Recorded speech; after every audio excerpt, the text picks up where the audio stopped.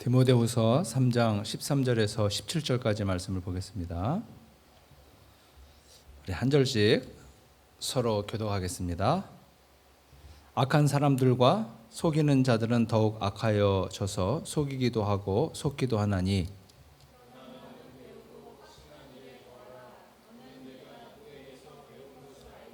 또 어려서부터 성경을 알았나니 성경은 능히 너로 하여금 그리스도 예수 안에 있는 믿음으로 말미암아 구원에 이르는 지혜가 있게 하느니라.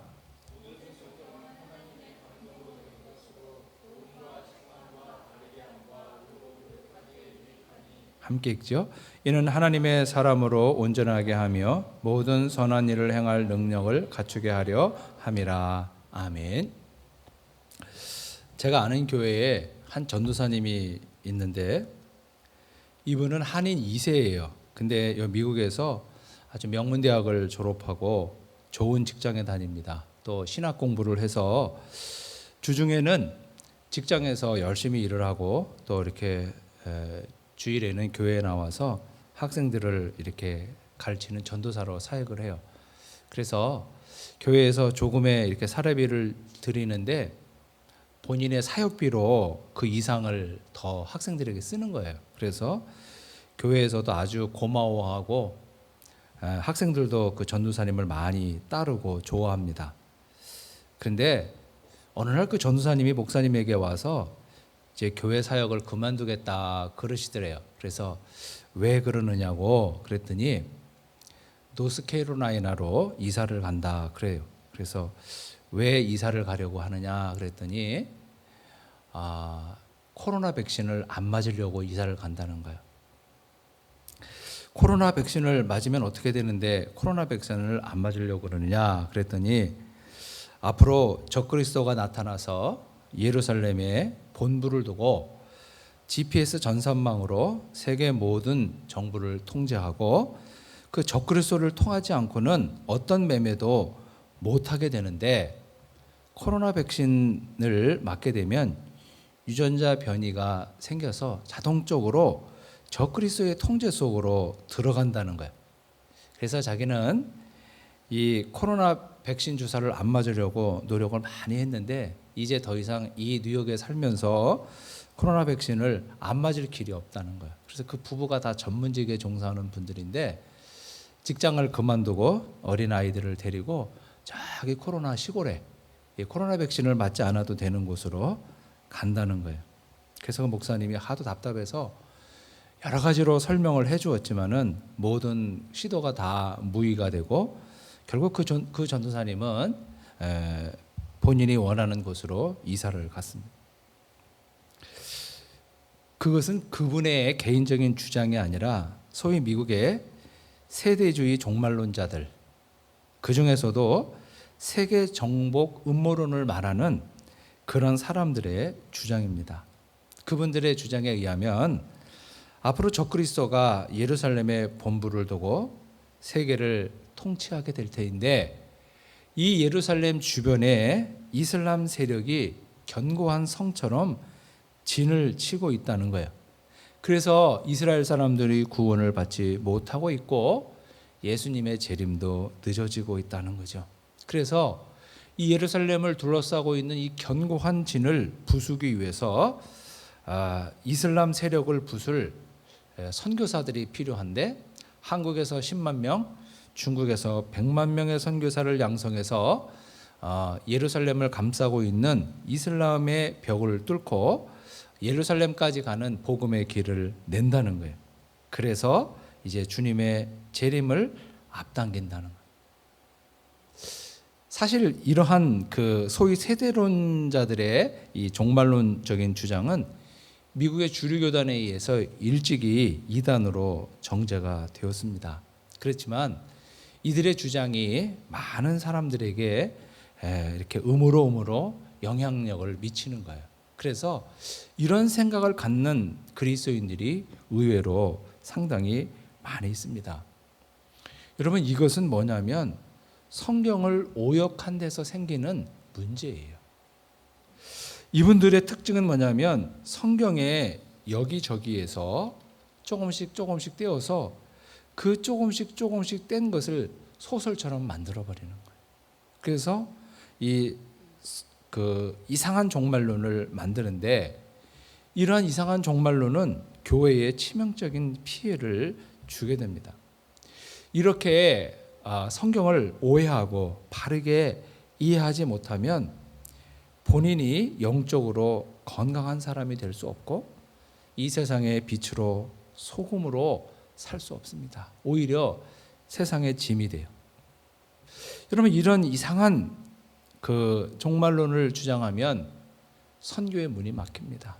그래서 코비드 백신 주사를 맞으면 유전자 변이가 생겨서 적그리스도의 통제 속으로 자동적으로 들어간다, 이런 주장을 과학자들이 들으면요 고개를 절레절레 흔들어요. 도대체 왜 저런 생각을 할까? 그 무슨 근거로 저렇게 말을 할까? 성경에 근거가 있는가 하면 근거도 없어요.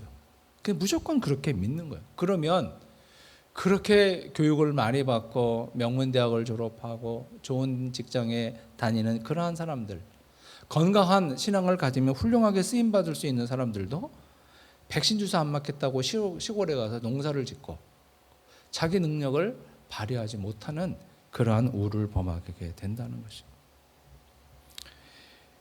여러분, 오늘 본문에 보면 하나님께서 성경을 주신 이유를 몇 가지로 말하는데, 첫 번째는 뭐냐면 구원에 이르는 지혜를 주신다는 거예요. 성경을 통해서 하나님은 우리로 하여금 구원이 무엇이고 어떻게 구원에 이르는지 그 구원의 길을 우리에게 알려주시고, 또 하나는 뭐냐면 하나님의 사람으로 온전케 되고, 그리고 모든 선한 일을 행할 수 있는 능력을 갖추게 한다는 거죠. 한마디로 말하면 성경은 우리를 통해서 구원의 길과 하나님의 사람으로 살아가는 삶의 방식을 가르쳐 준다는 것입니다. 우리 기독교, 특별히 우리 장로교에서 성경 다음으로 중요한 책이 있다면 요한 칼빈의 기독교 강요예요. 요한 칼빈 선생의 기독교 강요 제1장에 보면 그 제목이 뭐냐면 하나님에 대한 지식과 사람에 대한 지식인데, 칼빈은 뭐라고 말하냐면 사람이 하나님에 대해서 많이 알면 알수록 그에 비례해서 사람에 대해서도 많이 알게 된다 그래요. 여러분, 우리가 사람에 대해서 굉장히 많이 아는 것 같은데 사실은 굉장히 모릅니다. 우리가 하나님이 얼마나 선하신 분인지 우리가 깨닫게 되면 그에 비례해서 사람이 얼마나 악한지도 알게 되고, 하나님이 얼마나 위대하고 전능하신 분인지 알게 되면 그에 비례해서 사람이 얼마나 무기력한 존재이고 구원받아야 할 존재인지도 우리는 깨닫게 되는 거예요. 이렇게 성경을 통해서 하나님을 알아가고 자기 자신에 대해서 알아가면서 우리는 하나님의 사람으로 어떻게 살아가야 하는지 삶의 방향성들이 결정이 되는 거죠. 그랬을 때 세상 사람들이 예수 믿는 사람들을 볼 때 자기와 믿는 바는 다르지만 예수 믿는 사람들을 존중하게 되고 존경하게 되는 거죠. 이게 2000년 기독교 역사 속에서 일반적으로 나타나는, 일관되게 나타나는 현상인 것입니다.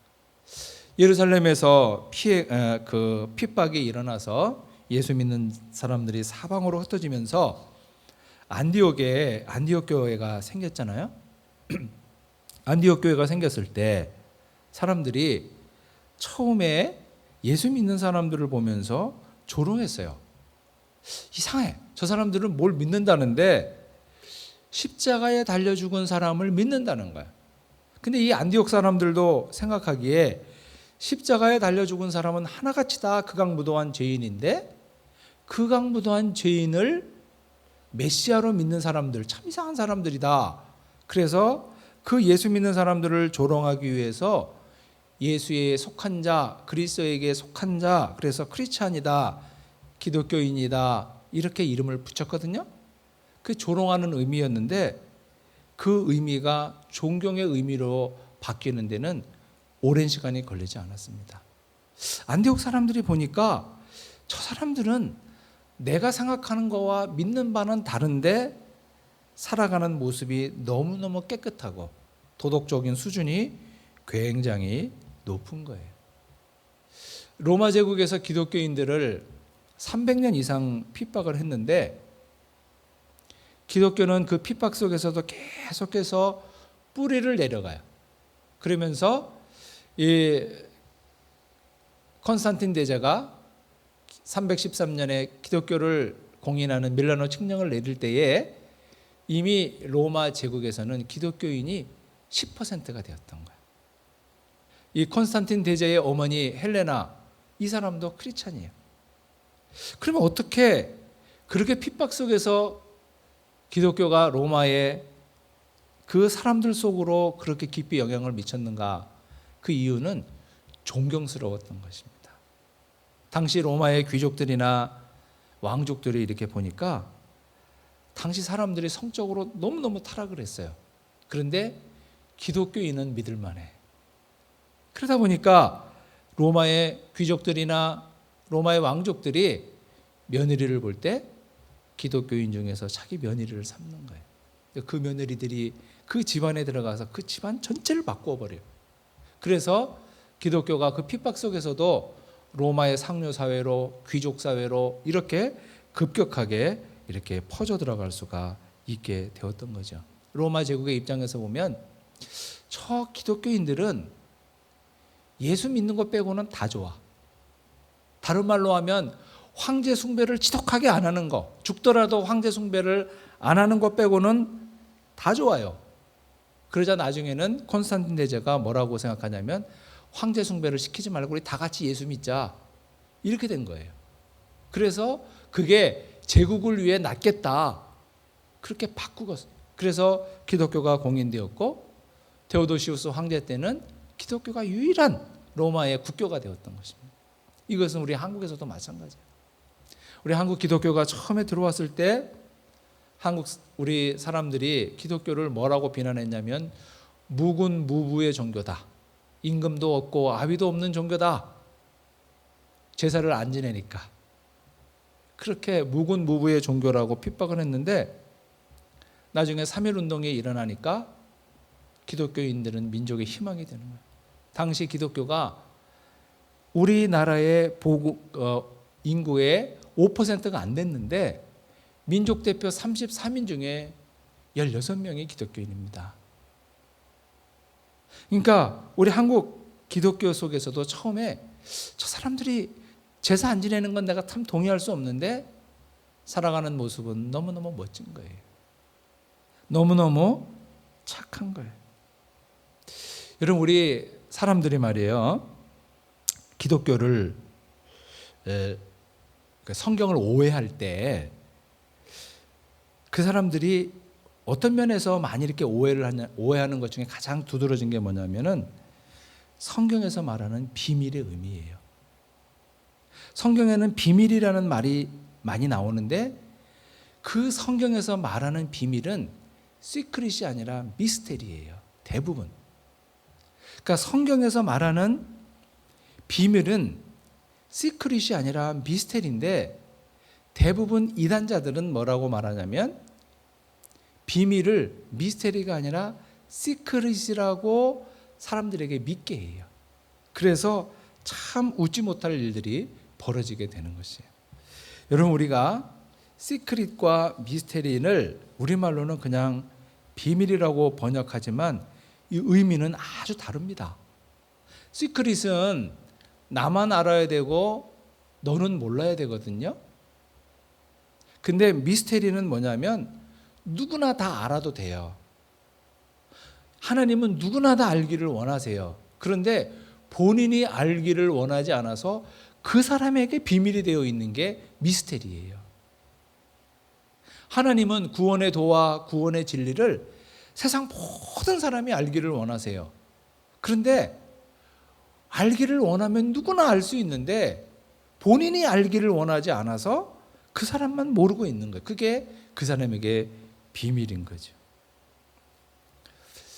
우리 한국의 이단자들은 성경의 비밀이라는 말이 나올 때마다 뭐라고 말하냐면 나는 구원받았기 때문에 나만 알고 너는 구원받지 못했기 때문에 너는 모르는 것이라고 사람들은 그렇게 이해를 하거든요. 이 비밀에 대해서 이 비밀에 대한 오해로 인해서 우리 한국 교회에 큰 이렇게 악영향을 미친 이단자들이 굉장히 많아요. 1980년대 우리 한국의 이단 중에서 유재열이라는 사람이 있습니다. 유재열. 기계체조 고등학교 선수였었는데 이 사람이 기계체조를 하다가 몸이 다쳐가지고 운동을 못하게 됐어요. 근데 이 사람이 기도원에 가서 언제 종말이 온다 이렇게 하니까 사람들이 자기한테 막 몰려드는 거야. 이 사람이 이게 재미가 들린 거야. 그래서 이 사람이 그 기도원에 가서 언제 종말이 온다 이렇게 말을 하면서 적당히 이게 풀어대니까 생기는 게 너무 많은 거예요. 그래서 이 사람이 거기에 맛이 들렸어요. 그래서 이 유재열 밑에 있었던 사람이 누구냐면 이만이라는 사람입니다. 신천지의 교주예요. 근데 이 사람이 청계산에 올라가 가지고 몇 날 몇 월 며칠 몇 시에 이 땅에 다 불바다가 되고 여기에 새 하늘과 새 땅이 열린다 그렇게 하고 그날 사람들을 데리고 다 올라갔는데 아무 일도 안 생겼어요. 그리고 나서 뭐라 그러냐면 연기됐다 그래. 또 그날이 왔는데 아무 일도 안 생겨요. 그래가지고 이 사람들이 화가 나가지고 이 유재열 씨를 고소를 해요. 근데 그 고소한 사람 중에 한 사람이 이만희 씨도 있어요. 그 이 사람이 감옥에 가갖고 몇 년 살다가 자기가 갖고 있는 돈을 다 챙기고 미국에 와서 주유소를 몇 개를 해요. 지금도 살고 있어요. 그 사람의 사위가 유명한 가수이기도 해요. 그런데 이 유재열 씨의 증거 장막과 신천지의 증거 장막 이 두 사람들이 과천을 성지라 그래요. 그래서 이 경기도 과천에 신천지의 본부가 있습니다. 그러면은 이 유재열 씨와 이 이만희 씨는 도대체 무슨 근거로 경기도 과천을 성지라고 그러느냐? 우리가 볼 때는 대단한 게 있는 것 같잖아요. 근데 그 사람들은 대단하다고 생각해요. 청계산 때문에 그래요. 청계산이 도대체 뭐길래 거기가 성지가 되느냐? 청계산의 계자가 신의 계자라는 거예요. 그러니까 청계산의 계자가 신의 계자이기 때문에 청계산이 새하늘과 새 땅이 열릴 신의 산이라는 거예요. 그래서 하나님의 새하늘과 새 땅이 이 청계산에 열릴 것이다. 그 사람들은 그렇게 믿어요. 그래서 이것은 하나님의 오랜 구원의 비밀인데 구원받는 우리들은 알지만 너희는 구원을 받지 못했기 때문에 모른다. 이렇게 말해. 그런데 여러분, 계자가 신의 계자가 신의 산이에요. 그러면은 이 새 하늘과 새 땅은 청계천에도 열려야 돼요. 왜냐하면 그것도 신의 계자거든요. 근데 정말 중요한 건 뭐냐면 신의 산이라는 말이 영어로 말하면 마운틴 사이나이거든요. 병원 이름이잖아요. 맨하탄에 마운틴 사이나이. 근데 이 사이나이라는 말을 우리말로 신의 산이라고 음력한 거에 불과해요. 그리고 더 중요한 것은 뭐냐면 신의 산이라고 하는 이 신의 산의 이름은 애굽 사람들이 이집트 사람들이 부르는 이름이지 이스라엘 사람들은 신의 산을 신의 산이라고 안 부릅니다. 호렙산이라고 불러요. 그래서 출애굽기에 신의 호렙산이라고 나오는 거예요. 그래서 호렙산이라는 말의 의미는 하나님의 산이라는 뜻이에요. 그래서 이 이스라엘 사람들은 신의 산을 절대로 신의 산이라고 안 부르고 호렙산이라고 부르는데 이집트 사람들은 그걸 왜 신의 산이라고 부르냐면은 자기들이 섬기는 우상의 이름을 붙여서 신의 산이라고 부르는 거예요. 마치 우리나라 백두산을 우리나라 사람은 백두산이라고 그러는데 중국 사람들은 장백산이라고 그러거든요. 그래서 중국 가면 그 장백산에서 나온 물을 팔더라고요. 이렇게 병에다 담아가지고. 근데 되게 기분 나빠요.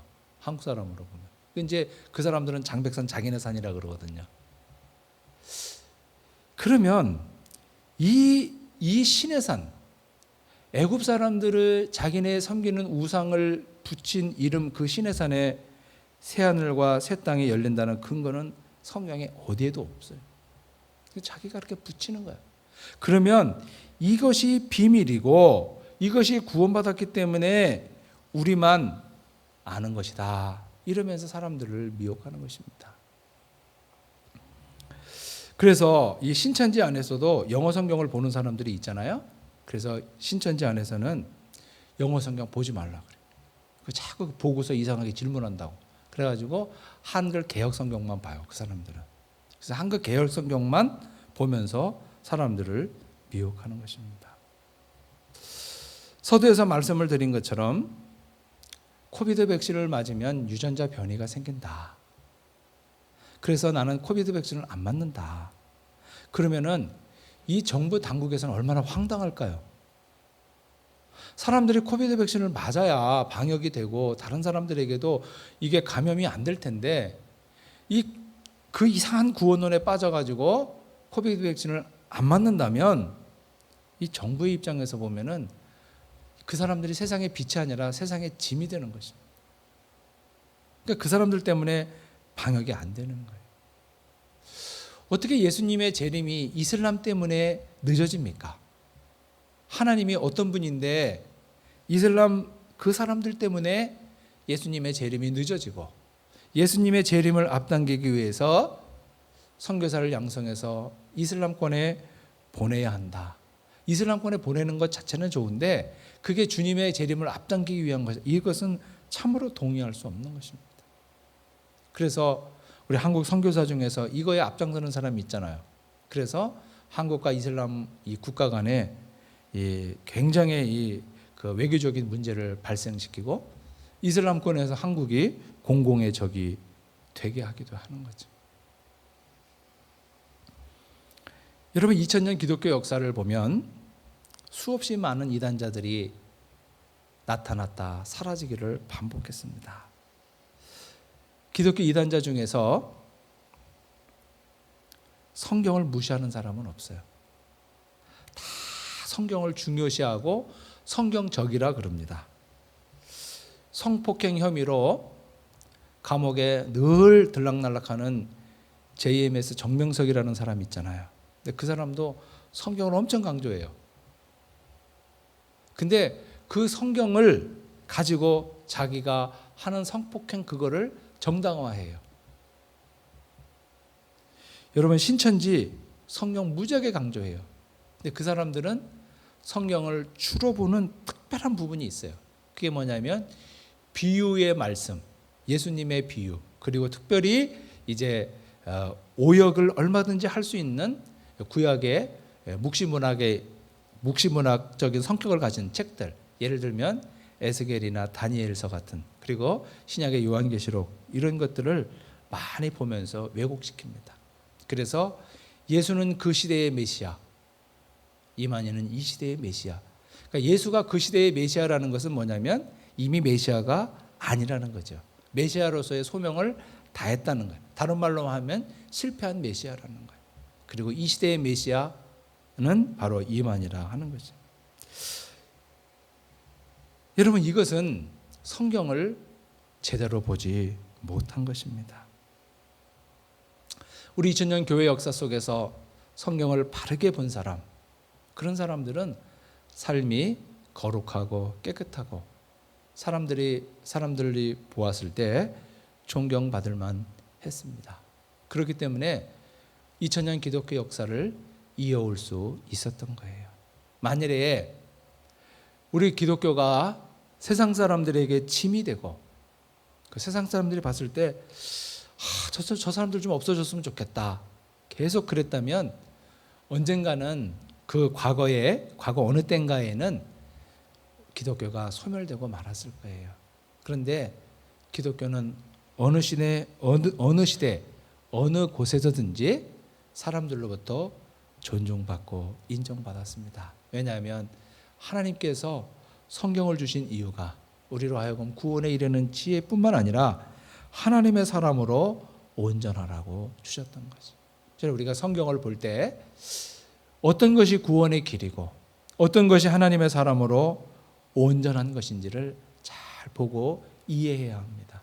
그래서 요즘에 제가 특별히 이렇게 요한계시록 새벽 묵상을 올리면서 참 우리 한국 교회에 그 요한계시록에 대한 오해가 참 많구나 하는 것을 새삼 깨닫게 돼요. 그래서 이 구글이나 특별히 이 다음 이런데 네이버 이런 데에 요한계시록과 관련해서 그 올린 글들을 이렇게 찾아보면 신천지 사람들이 올린 게 되게 많습니다. 그리고 안상홍 하나님, 그 안상홍 하나님도 굉장히 많이 세력을 떨치는데 그 사람들이 올린 글도 굉장히 많아요. 그래서 우리가 그 포털에서 그것을 검색할 때 이게 누가 올린 글인가 이거 확인하지 않고 읽으면은 내가 그 논리를 따라가면 안 돼요.